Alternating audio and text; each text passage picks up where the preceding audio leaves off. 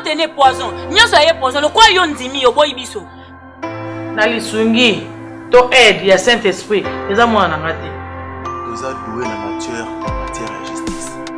On déjà tout sali et ça déjà ils sont qui n'est bien. Élément on a réuni qui a salarié monté na casa. Pendant tous ces temps, tu es ma femme, on peut savoir aider ma belle. Oui, il y a le temps dans mon bébé. Mwana wana nga na boyite. Na yebi mwana nga na kimikolo na 25 ans.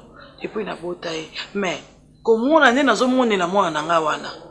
Kaka nenga ya dasa bokota na bota mwana nga wana. Te ngane minde basala mabete papa. Mwana nga kozango wapi? C'est vous qui le dites. Mais selon les je le dis parce que c'est vrai, papa. Selon les accusations, c'est elle qui prépare la nourriture de son père. Je sais très bien. J'avais écouté ça. Nayoki balobi que non, on m'avait parlé que c'est elle qui s'occupait de son père. Mais moi, nangai papa. Alors l'accusation est précise. Ngai naza na confiance en Nzambe. Moi nanga ko boma mututé papa. Maman, calmez-vous. Le chose est déjà entre mes mains. Tout la camarade na yo yem tavana na ye. Yende fiancé na ye. Soki moi na ngai asa même capable bomata nzinzi oyo. Nandimi te tabita ko bomata ngungi na nzoto na ye nandimi te. Parlons-en d'abord. Apparemment comme si selon ba explication na zui selon les éléments on a réunis que azala ye monté na kasa nda Congo. Non, papa leki na ye ayebisinga asana ba ya mibale. Papa, ngai papa na tabita a violanga na 16 ans. Abalanga te. Ah bon? Oh alingi mutu bote a violanga na 16 ans. Pona ko banga ba parents na maître je te le dis. A violé ngai, ale pona ko banga ba parents na nga ameminga na poto akosi kosi ba na bambongo au mwana okebota na poto. Oui, effectivement c'était vrai. Na kepe na poto na boti. Dès que na boti nga bazokosa ngai ndeke mwana za na nini na oyo nini na couveuse. Oui. Oh que mwana za na couveuse te. Mwana sa zonga Congo. Ah bon? Nga na tikali wana na sali 1 mois na hôpital comme na bota na césarienne. C'est vrai. Na tikali na hôpital na sali 1 mois et par après na eko bota et na eko bima hôpital. Papa wana ye moi si nazongi na mwana na Congo papa wana mutaye ko futa ba frère tout ya hôpital bloc auto. Oh te avant mwana na yo il faut que tu en classe. Na bandi cadeau o asala nga yango wana. Ne yango nga na koti classe na sisi université la nga. Na bandi ko luka mwana. Ay ko yebisa ngo mwana zaka awa te bosana mwana na zayanga. Abosana ka mwana papa. Babosana ka mwana.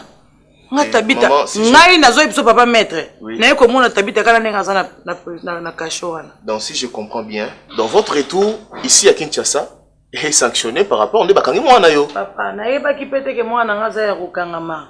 Papa, nga na uti poto na ye. Na yo ki posa mwana nga. Baboka mwana te papa, parce abote eza ndenge hein.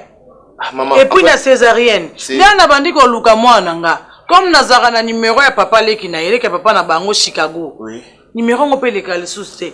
Jour moka na telemi na ville na 24 wana, ne na moni Chicago azoleka na voiture. Dieu merci, to solo li na ye. Ndaye ko expliquer ngai na pesi adresse ndako aye. Naza ne songa mwana nga pesa mwana za na cache papa ngana na mwana nga te depuis na bote. Bon en fait maman ça c'est votre histoire de la famille, vous devez régler ça à la famille. Actuellement papa, oui. Famille mabe. En fait ça c'est votre histoire familiale, vous devez arranger au niveau de la famille. Ko ba votre te parce que sur le bi votre sangi singa na bango. Naza membre famille na bango te papa. Tabita ten. Nga na famille Bokota. Na famille na bango te. Mais Tabita za na makila kuna donc c'est vous la mère. En fait c'est votre famille. Mais dès que Shida a posa biloko wana te papa. Loko anga na moni yo maître. Nazo yebisa bino à chaque fois. Maman. Même tem sou Chirac azo boya na pese mbongo. Non Chirac. L'argent, j'ai l'argent. Tellement confié un dossier en gros. Je peux te donner l'argent pour que moi on anga bima. On nous les papa naza na posa ko simba moi on anga na maboko. To tira na mbongo sima, musala liboso. J'ai toute la matière possible et vos apaisements maman, je bien dit que c'est une histoire de meurtre. Or, tuer quelqu'un, ce n'est pas vraiment une mince affaire. On se bat et la constitution est là. La loi légale qui condamne ces actions, surtout arrestation arbitraire, quelqu'un qui n'est pas passé à la barre, on ne peut pas mener directement à la prison. Surtout ça, papa. Et on est d'abord en train de voir qu'est-ce qu'on peut faire jusque-là, mais maman, les choses évoluent. C'est que j'ai essayé, c'est mon Congo, ça a boy, on a tout tigre, tout le monde tout va foufu na gambel. Oh boy, ça maman na biso, boti tabito, boti biso, no boti shidak, et on peut pas vous recevoir.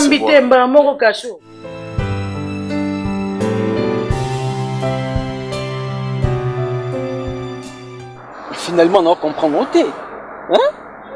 Et comme ça, tu as comme une maison, on quitte, aussi longtemps que Mme Tossona, non, on peut signer réponse. Non. Là, on peut s'en baïder ma bé. Tu es ma femme, on peut s'en baïder ma bé. Et comme on a un mot dérangé,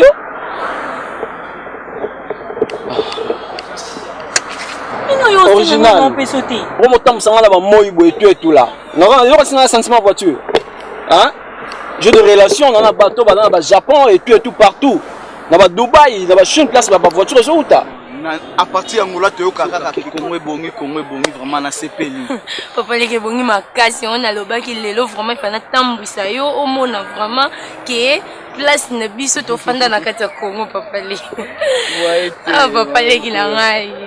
Non mona lingaka kitu ya au CPL ndeni nezaleli awa na. Fils bon prêt. Na soka na Congo boye na sentir. Papa les qui la ah eza kitoko makasi mo mona. Chérie, ils ont bien monté. Ils ont monté au Yokanisa. La première fois qu'ils ont bon. Mais il faut pas payer ça, mais il faut payer ça, Quand il semaine déjà, nous avons besoin de un discours autour de Kenyoanate. S'il te plaît, dis-moi la vérité.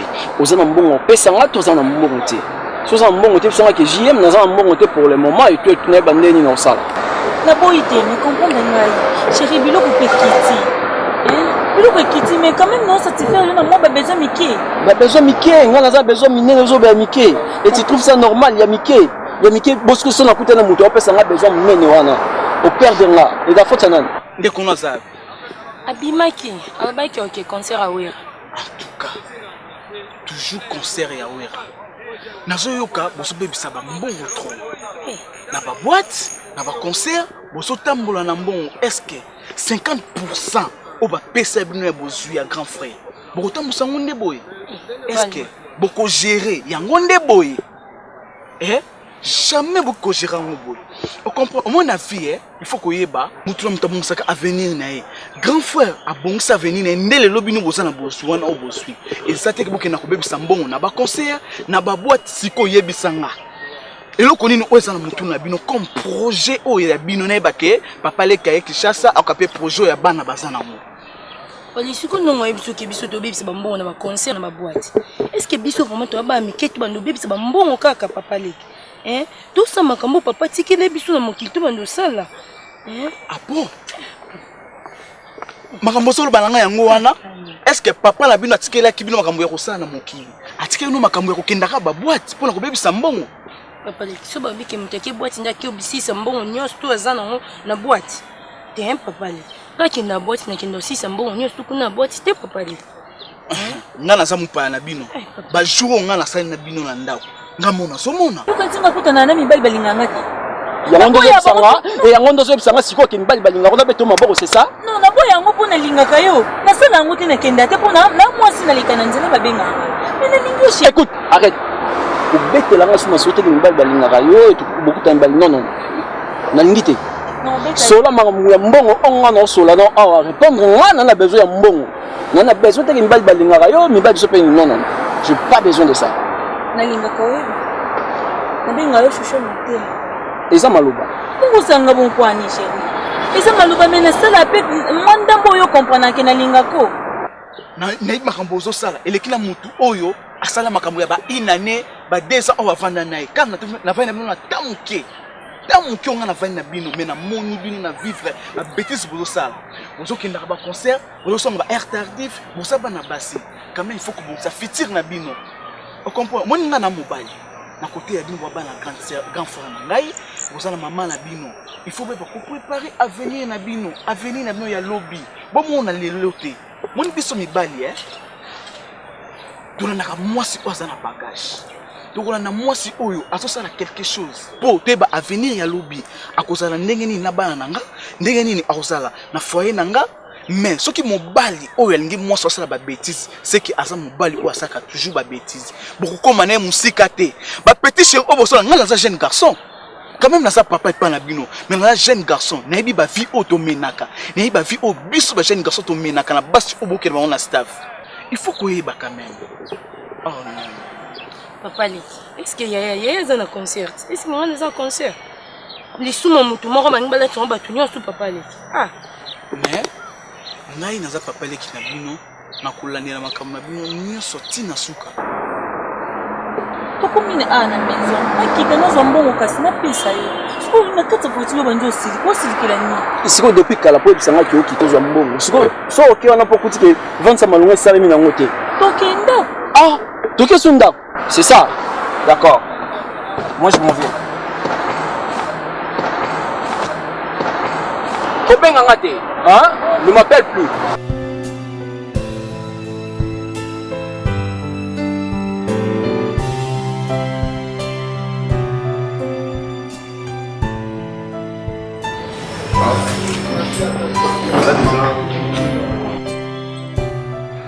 Ça va.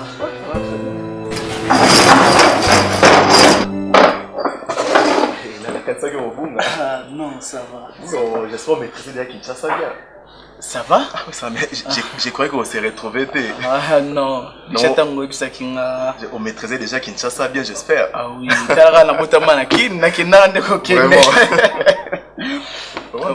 Non, très gentil ça au revoir les sous. J'espère aux hommes la ligne maramozo Kenny. Donc ce sont déjà et basé la compétence mon côté à retenir dossier wana. Donc yomoko on nenge baba beta beta mon encore ba komi ko luka comment ko se défendre et moi je vais les poursuivre. Et toko poursuivre bango jusqu'à ce que et s'il s'agit que bango basa et ba kanga mais faut pas justice c'est ça musana bango. Oui, ouais, mais wana toko sala ya mosima.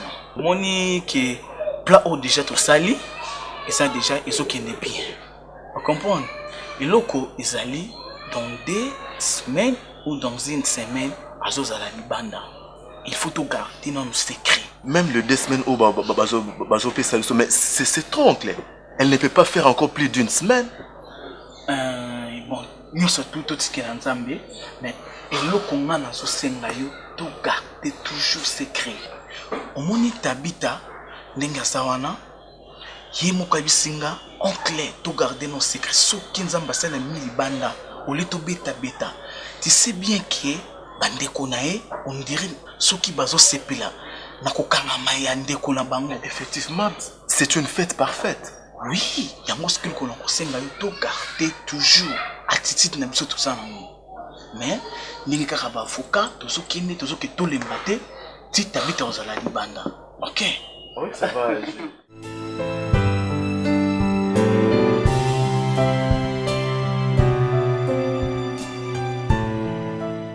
Maître Casse, nous sommes là, ce sont les inspecteurs au bateau détenir dossier Wana. Nous avons l'officier de la police judiciaire Azana et puis l'inspecteur de la police Azana. Ok monsieur, enchanté. Je suis très content de vous voir. En fait, c'est un dossier vraiment très capital, très sérieux. Qui est maintenant à la matière pénale en ce qui concerne la meurtre de M. Jancy Tchoki qui est décédé, donc vous connaissez très bien. Je suis l'avocat de la demoiselle que vous avez arrêtée au nom de Tabita.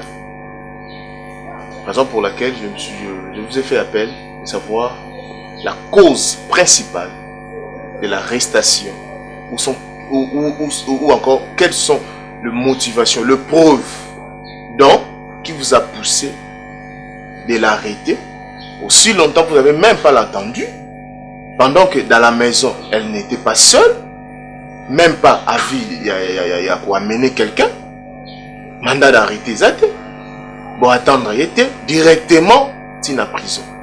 C'est une arrestation arbitraire, ce qui n'est pas logique.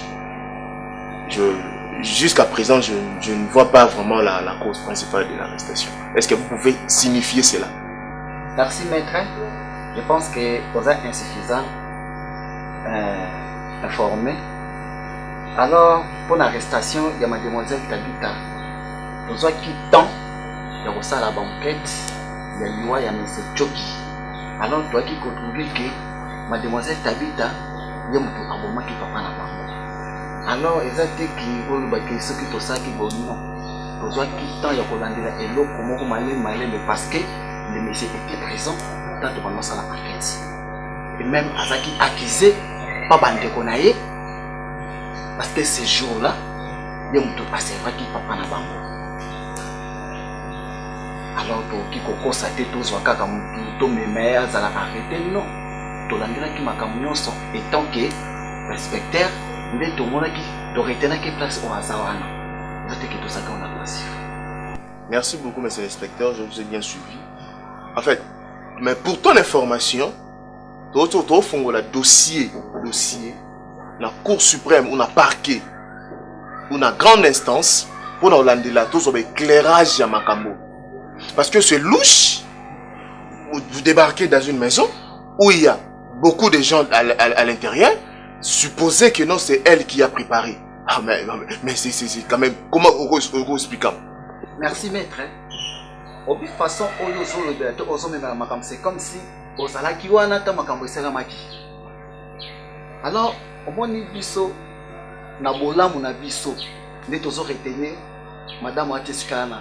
Parce que le dossier n'est pas donc, on comme déjà en prison. N'importe quoi. Non. Parce que tous en bonne foi, on a regardé Tiwana. Alors, dans le moment où tous en déjà, il y a seulement pour qu'il déjà prison. Alors, monsieur Christian. Monsieur l'avocat, ce qui confiance, va conduire le colo, va payer sa biso. Parce que mon aka, musala obiso to salaka, to kendera nango juste. Jeune fiwana, o yozo lobela, ceux qui aux avocats, oui. Mais oyebi jeune fiwana, ma pe oyasali. Et azo boma mutu. Non, alors, non. Donc permettre on ne peut pas l'accuser jusqu'à ce niveau. Évidemment. Ce que vous êtes en train de faire là, c'est... Vous avez encore de preuves. C'est une détention illégale, monsieur. C'est une détention illégale. Et monsieur, vous savez à qui vous avez affaire? Vous savez à qui vous avez affaire? Monsieur, et ça va vous coûter, vous. Vous avez maître avocat. Alors, vous avez été pour le gagner la biso. Vous avez raison de retenir moi parce que moi qui papa illégalement. Oui. Vous les détenez illégalement, monsieur. Alors, quelle justice? Non, écoute. Il faut que ça m'accommode parce que biso de tokanga qui au me maté procès côté mususu. Non. Mais monsieur, toi tu me demandes si ça m'accommode yo pendant que vous avez arrêté quelqu'un arbitrairement qui est condamnable même dans droit il y a droit de l'homme. Vous avez complice la loi ya nini. Monsieur, je vous dis ce que vous avez fait, Bino peut vous attendre dans la justice. Ah non. Toi et moi, nous allons aller dans le tribunal. En fait aussi ça m'accommode. Maître, écoute. Moni biso c'est ça batami beko. Bino bobengi biso a poto soit compromis. Alors bino comment ça makam na ndenge na bino. Alors pendant que vous avez arrêté quelqu'un illégalement, vous êtes en train de pousser des arguments qui ne sont même pas assis. Yoka pour information na bino. Ngana solo na mademoiselle Tabita. Personnellement a bisinga ke parce que toi tu es qui? Je suis le péché. Tu es le péché. Oui. mais en termes de la maître, ce n'est pas à votre niveau. Vous allez d'abord nous montrer le procès verbal là. Oui. Quel procès? Le PV. Le PV, c'est que vous l'avez entendu. Vous êtes venu ici même sans document. Quel document? Quel document? Monsieur, je vous ai dit, je vous donne 24 heures. Libérez Madame Tabita. Sinon, vous aurez affaire à moi-même. Et lorsque je vous dis, je sais ce que je vous dis. Maître, comment dit façon même la makambo, c'est comme ça aux biso le quoi toi ba mi ou bien tu es biloité. Messieurs, biso c'est toi bilois. Notre discussion est close. Vous pouvez prendre la porte. Yo kana ebisa yo maître l'avocat. Ko kan c'était ko so biso te le rôle là, ba jamo ba mi qui est o yé pour nous gagner la biso. Et attention. Et soki bikambo. Olié que musika, oui, je suis prêt. Donc non musika. Et dans 24 heures, votre cliente à quelle prison? Merci beaucoup. Prison? Oui. Quelle prison dont vous dites?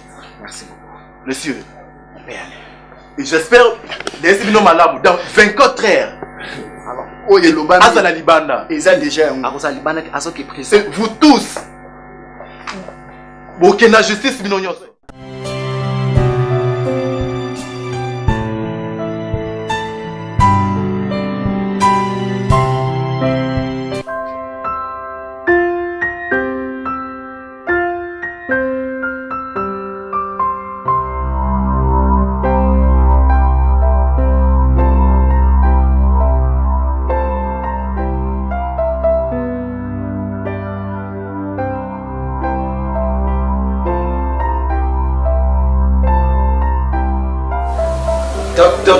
Top.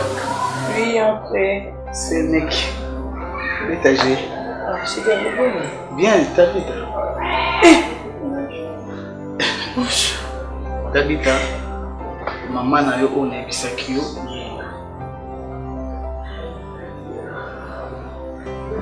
Maman aboti yo.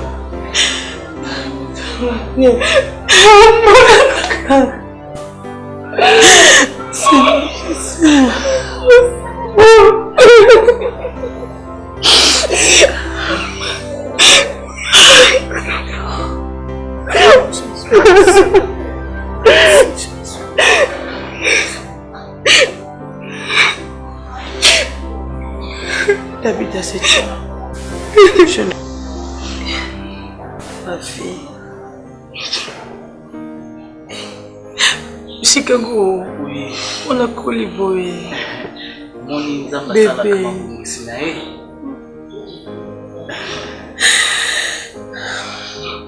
Nandima te un jour mona yo. Nandima te. Nazondima pona moni yo na simbi yo. Bébé, je t'aime.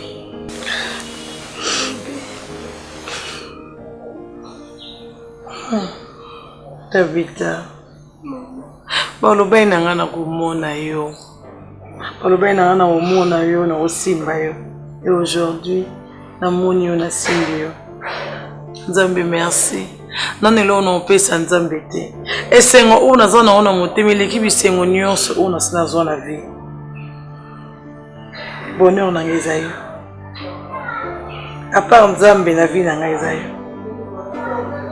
Je t'aime bébé. Yo kandi motema na ngezo beta. Nazala so na vandi makile panzani. So na vandi makile panzani parce que parti na ngamo bavande ozana. Mais voilà, aujourd'hui, je te touche. Je suis fière de toi, ma chérie.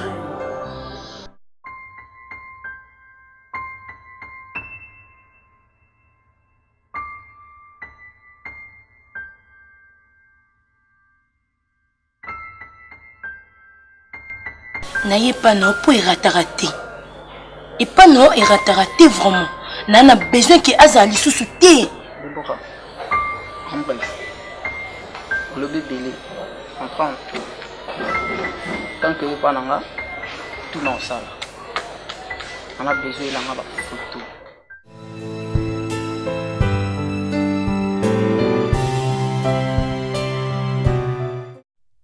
Il y a justice Nabiso, en tout cas la CPL. Au moins, il y a un seka. Ah oui, maman, je le vois. Maman, comme je vous l'ai dit l'autre fois, vous savez, nous sommes du domaine. Et le chef de l'État a fait vraiment un grand effort afin de régulariser notre justice. Ndengo yebelaki justice ya mboko yo ndengo za na Canada nande comme lelo. Franchement, maramo yebi wana, c'était encore la deuxième république. Et puis j'étais encore petite. Hein. Ah oui, mais aujourd'hui vraiment maramo ce bonga tout justice nabiso comment vraiment en ordre.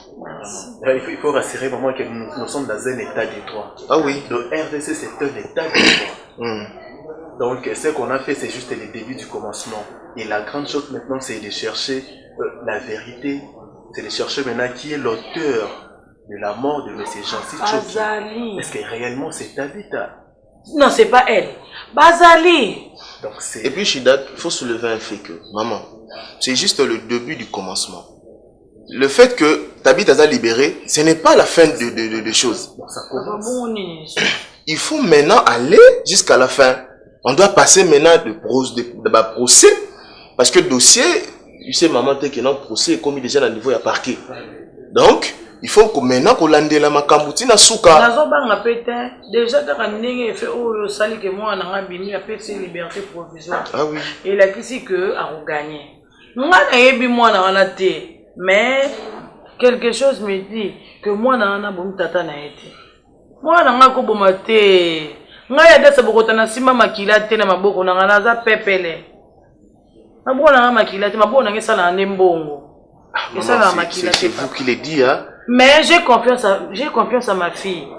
Oui. J'ai confiance. Maître, quand Nzambo to sambelaka oyo, o pesa nga raison. Que nga na ndimite, pe na zoboya yango na volonté na nga. Na lisungi to aide ya Saint-Esprit, eza mwana nga te. Bon, maman, la grande chose aussi, maintenant, tant que maman, il faut que vous parliez, vous preniez votre temps à parler avec Tabitha. Oui. Donc, elle doit maintenant nous dire ce qu'elle connaît à propos de la mort de leur papa. Si elle connaît quelque chose, il va nous le dire, la vérité. Ce qui est sûr, moi, on a aimé. Mais il faut avoir de preuves, maman. Car en némologie, tu as raison, maître. Ah bon? Maître Katz, tu n'as pas tort, tu as raison. Oui. Et peut-être que tu as c'est ça le problème. Mais dans le domaine, il y a droit, on ne connaît pas le Saint-Esprit. Hein? Le Saint-Esprit existe, papa. Oui, l'État, comme ça, tu dois bien le Saint-Esprit. Ça le rappelle des saintetés. Mais le quoi, tu as la foi. La foi. Espérons, maman. Non, tu vas espérer ma casse, papa. Ah oui, mon frère est là. Il tant que aussi son fiancé. Azawana, mais vous, d'abord, votre part, vous devez parler avec votre fille. Je vais parler avec ma fille. Ok. Merci, maître. Merci beaucoup, maman. C'est mon ami total. Ok. Et puis, dans un instant, que moi, je suis sous prison. Ah oui. Plus jamais. Plus jamais, maman. Amen. Donc, on va se battre tout ça là tout pour défendre cause wana. Et il faut savoir mettre au départ que non, c'est une famille conflictueuse dès le départ. Ah oui. Et sa famille mobilisée va conflit tout comme ça.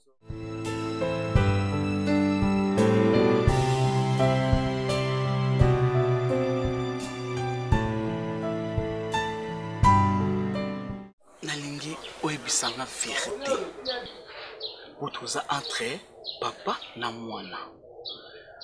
Po na boyi na bebisa mbongo na kubenga ba avocat. Po ezala ba avocat avant asambela mutu. Alingaka mutu faut aloba vérité. Ce qui est la vérité yo mutu obomaki grand frère yebisanga. Pe oyebisanga le pourquoi oyo obomaki grand frère. Kobanga ngai te mona ngai lokola camarade na yo pour déjà aux grande fille déjà. Tu es déjà adulte. On bandeni pour bondi manga. N'ébite. Nous sommes comprendre. Pas quand on a bali ko comprendre la te. On kangate mon sala ki bo makambo bozo kantawana. Na boma ki papa te na pozona ki papa te na ko sala ngoti yontelanga. Nzambe la likolo yebi yonke. Na ko sala ngoti. On a mis de vérité à nous autres. Ça va pas si. Mais ne connais pas mon beaucoup en arrêt. Mon ami se sont quoi en arrêt. Mais le côté, la seule le côté. Attends, papa, mais c'est ça. Il y a pas qu'elle a ça innocent anglais. C'est le côté.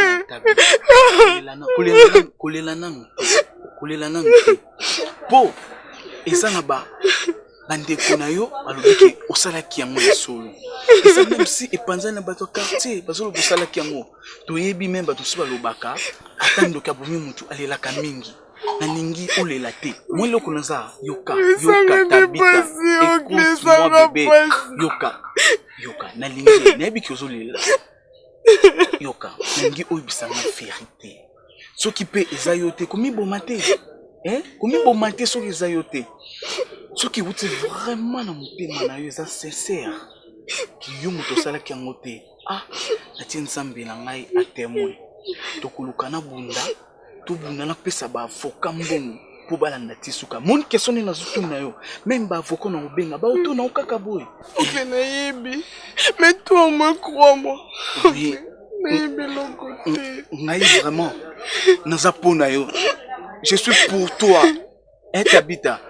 Kolela te naza pona ye na ko défendre yo za mona ye na nga na ko défendre yo.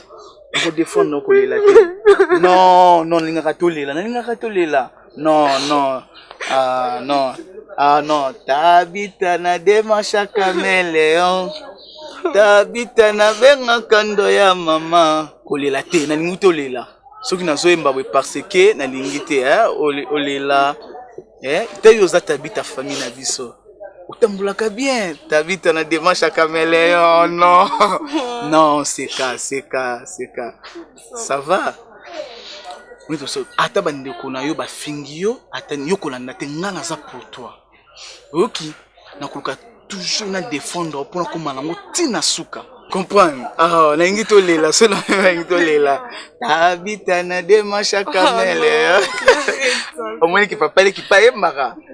Mais ça m'a compris musicien. Non. Au moins aspect na nga tellement aspect na nga na dom na même musicien. Même selon les kanangola ba oh c'est musicien te non. Ça va simple mutu. Kaka ça va. Ça va ma fille.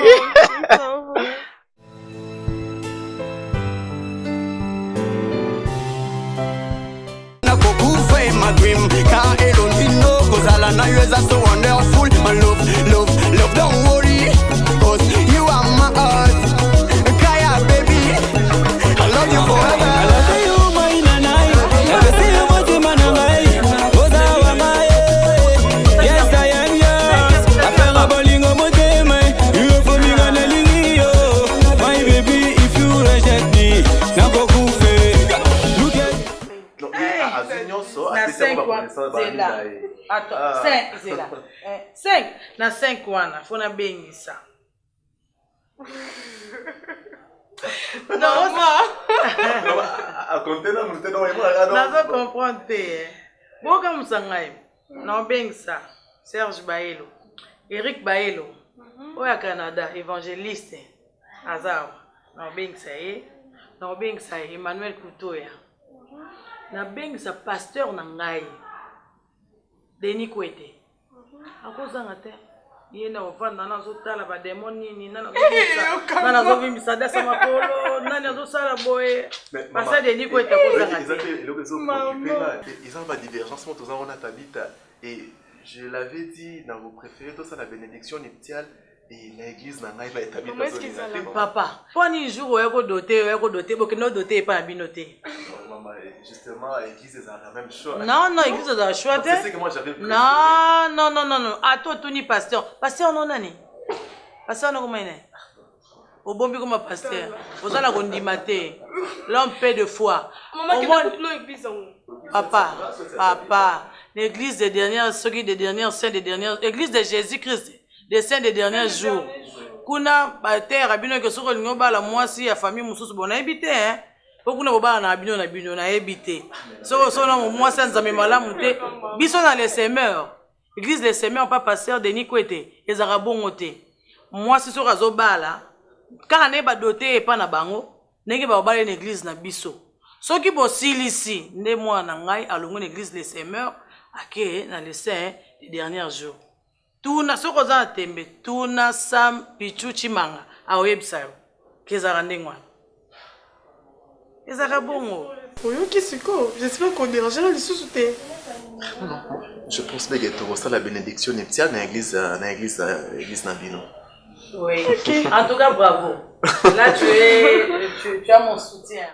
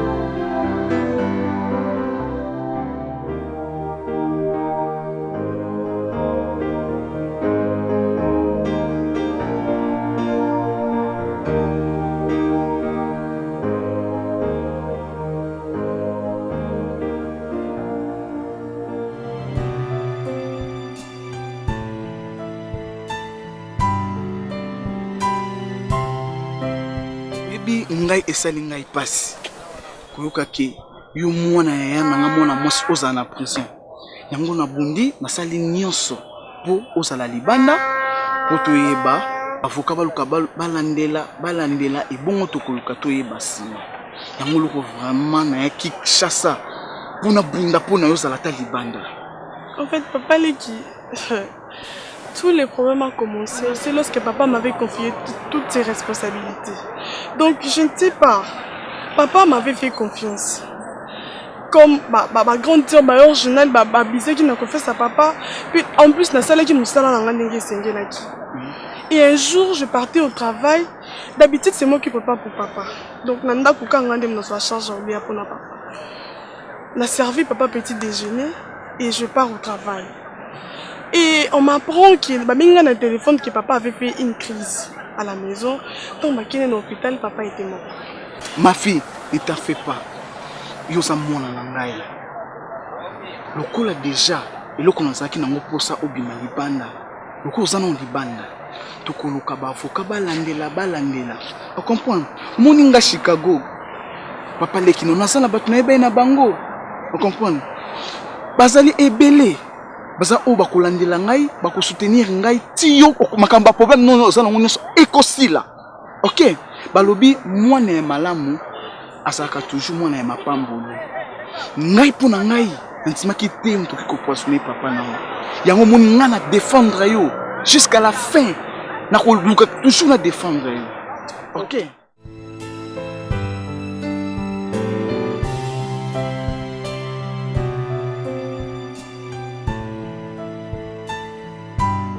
Tabita et nazana plaisir ya ko informer que non maître Kas quand on va auto gagner procès. Mais hier à Sakana raté. En tout cas maintenant félicitations. Donc hier soir du procès donc ils aura victoire. Secret à Lyon César avec des études hein, maman. Oui, on a été formés pour ça, raison pour laquelle voici le résultat. Vous savez, bah, il y aura quand même ma plombe na biso à Congo. Mais maître Kas nangai il a fait aucune étude à l'étranger et il a fini ici avec lui à l'université de Kinshasa. Mais aujourd'hui, il a un grand maître avocat. Donc il y a un dossier où on est à victoire. En fait, il faut soulever que dans le Congo, il y a des médecins qualifiés, il y a des professeurs qualifiés, il y a donc consommons congolais. Donc, et voici les résultats. On a des talents, mais souvent on néglige ça. Ah oui. Et en l'air de Congo. Mais souvent il y a toujours qu'on néglige, qu'on valorise les diplômes étrangers. Mais mon frère, au-delà, mon national, vous allez fou moi. Mais tu as fait? Ah oui, vous l'avez dit. Non, depuis le matin, maître Balbosola, mon amoureux, Balinga fou, moi le vois maître Kas. Et Kasaï, Nalinga fou. Au Congo, il n'y a pas de discrimination. Nous sommes tous les Congolais. Et les amoureux, quand est-ce que vous... C'est la date. C'est la date. Ah, mon cher. Non, en tout cas, le problème, moi, maman, et vos apaisements. Et vos apaisements, ce n'est pas la première fois que nous avons dossier modèle. Moi, je crois en toi.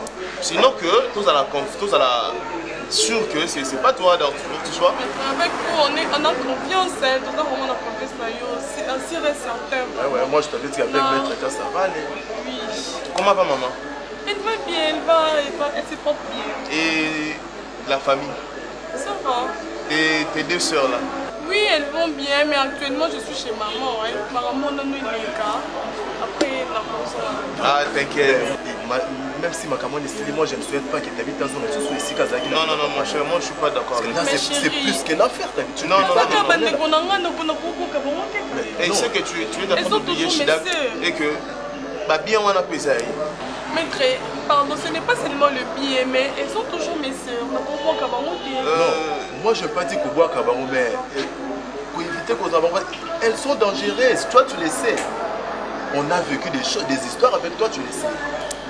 Et jusqu'à preuve du contraire, on est en train de supposer que entre vous trois, il y a une parmi vous, un coupable et empoisonnement, papa Nabino. Et ceux qui sont capables de faire ça pour papa, c'est qu'elles sont aussi capables de faire ça à n'importe qui. C'est ce que moi je perds que tu vois. n'a perdre ma très jolie que j'aime beaucoup. Tu sais quand même, tu sais non, ça va passer, ça va aller. J'aime beaucoup cette fille et elle n'a souhaité je sais. ma bien comme elle a. Je sais. Moi aussi, je t'aime. Ah, mais moi, pas plus que moi. Ah, mais quand même, je suis là. Tu peux même pas faire ça devant moi quand même. Pas plus que moi. Oh, bon, ça, moi, je suis là quand même. Non, ça va bien au bon non, mais la salle est quand même moins sourde. On n'a fait absolument rien, hein, quand même. Mais toi aussi une femme. Mais oui, mais... Mais maître, tu as tout, mais mon frère. Qu'est-ce que tu attends pour prendre une femme? Ma soeur, moi je savais quand on était encore petit, il était mordant. Il était plus que moi. Non, les temps changent de choses. Vous savez, il faut laisser le temps au temps. Et les gens, on attend où... Ah oui, à bientôt. Non, maître. Non, tout ça pèse au monde. Moi, j'ai... Ah oui, là. Maintenant, l'essentiel, tout le monde. Moi, j'avais... Il faut d'abord penser à toi. Moi, je souhaitais que non, tout ça, le mariage ensemble, et ça sera une bonne chose. Ah, vous pouvez commencer. Pourquoi pas vous avez pareil maître, quand même. Tu as les atouts. Moi, je sais que quand on était encore petit, il était mordant plus que nous quand on grandissait encore. Non, c'est peut-être aux à la parraine. Non, mais... Moi, je ne peux pas te parrainer, toi. Papa, on a parrainé, mais voilà, regarde quand même. Non, c'est pas grave. Les gens ont un confiné. Bon, j'espère que tu prends toujours du whisky. Ah oui, hein, tu sais. Du vin. Whisky, vin. Whisky, c'est mieux. On va nous apporter quelque chose. Mais c'est qui le servant? J. Ah, Fabrice. Il y a la vie sur 20 mois quoi là. En tout cas, ici c'est bien, hein? C'est mieux, calme, c'est vraiment cool. Ouais, une très bonne espace. Hein.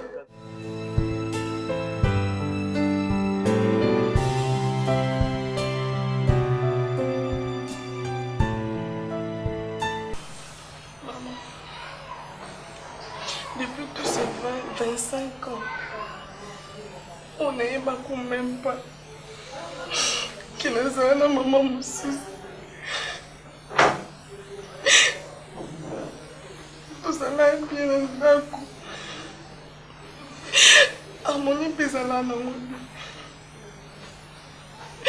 Problème c'est comment ton papa confie à ma responsabilité.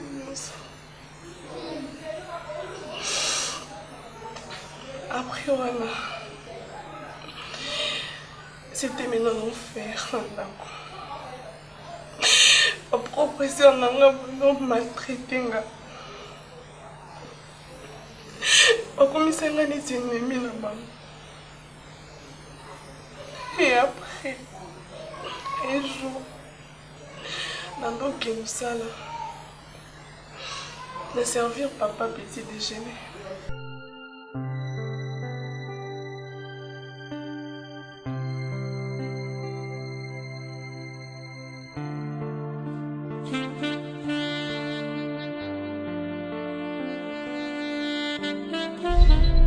Que musala na tiki azalaki normal.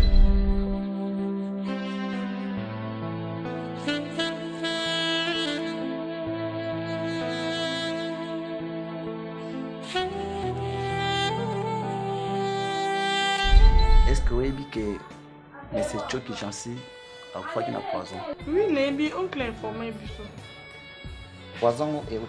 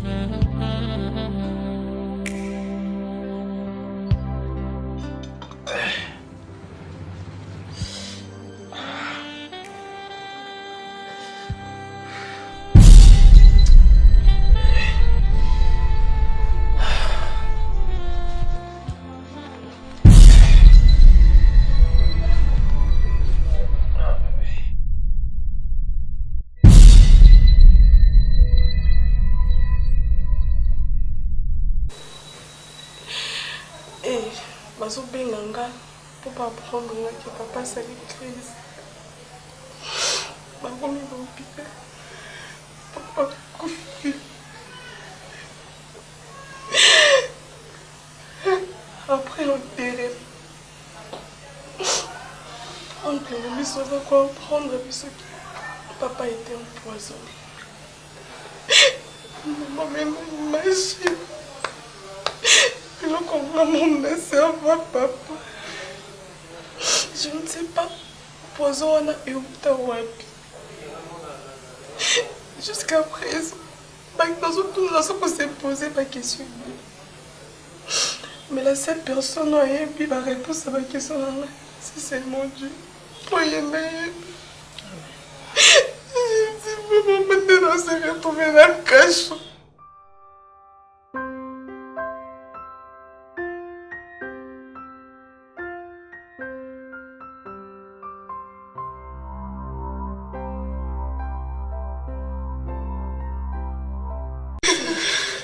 C'est déjà passé. Au monde c'est quoi ba vrai bateau ba sala ki makambo na bango ba se retrouver na cachot. Cachot ko tout est prison. Moi nanga tu as eu la chance. Ya ko kende prison te o ke ko lia vungule. Mais bango ba lia vungule. Au soki na cachot. Hein? Kopina ni fiancé na sali ba démarche ti obimi. Mais bango tala siko nzambe babi le Seigneur il est le juste juge. Au monde a justifié a justifié pengai parce que nous voyons supporter en côté na mon amour na razoli a vungulé la prison. Non. Le Seigneur nous a justifié. Bango mo va se retrouver. Et on a prié na ngezalaka. Balia misuni na bango, ba mela makila na bango. Mabe na bango retour à l'expéditeur. Et kozo mela bango moko. Maman, kolela te parce que nzambe asali biso déjà grâce. Yo monga nazolela te et comme le quoi histoire o eseleki. Eza lisusu te. Nzambe asali nga grâce. Nakutana mwana nga 25 ans plus tard. Nakumisi nzambe aux en bonne santé. Évangéliste Eric Baelo kuna na Canada. Abano efsanga toujours adasa sois calme pour retrouver mwana na yo. Bébé na yeba ka ta kombonote. L'air kaka na boti yo bazwi. Nga pona na kasi kutu baso yo ko sangani mwana sana couveuse. O ko so kenda. O kenda na yo. Ba parents na nga pe awa bakufa. Na kotuna nani? Mama na nga papa na nga basaka accident awa. Basala accident na pont Kasavubu. C'est vrai les années pont Kasavubu. Basala accident na pont Kasavubu. Nazo ebate. Nani Rolanda mama mwana babota peka nganga moko. Ndenga mama no na boti. Mais gloire à Dieu. Nakutani na yo. Na simbi o bébé na nga. Lelo pe na biki comme on tabita. Nazane sengo. Ya. Et on retrouve Tabita Nangai. Moi également, maman. On a jeunesse. Après tous ces années, on a vendu que maman a couffé. Non. Oh, je suis là, ma chérie. Je suis là. Tu étais encore vivante. Je suis là, ma chérie. Je suis fière de toi. Bébé, je t'aime de tout mon cœur. Je t'aime beaucoup. Moi aussi. Mais maman, j'avais te parler à propos de mon fiancé. Oui, vas-y. Bientôt là, il faut te régulariser. Oh, ça n'a pas mis. C'est comme ma bien. Bossana. Je t'aime, ma chérie. Merci, maman. En fait, maman, on va loin d'aider la nuit. En fait, j'allais te poser une question. Yo te vend dans la Chidak. Est-ce que ça va bien? Parce que nous avons jugé, j'étais, yo te bien. Parce que pour aider, baba la mutu pour na aider te. Baba la mutu pour na mawate. Non maman. Attends pour na wana. Écoute-moi ma chérie. Je suis ta mère. Mon amour il est beau. Baba la mobali pour na mawate.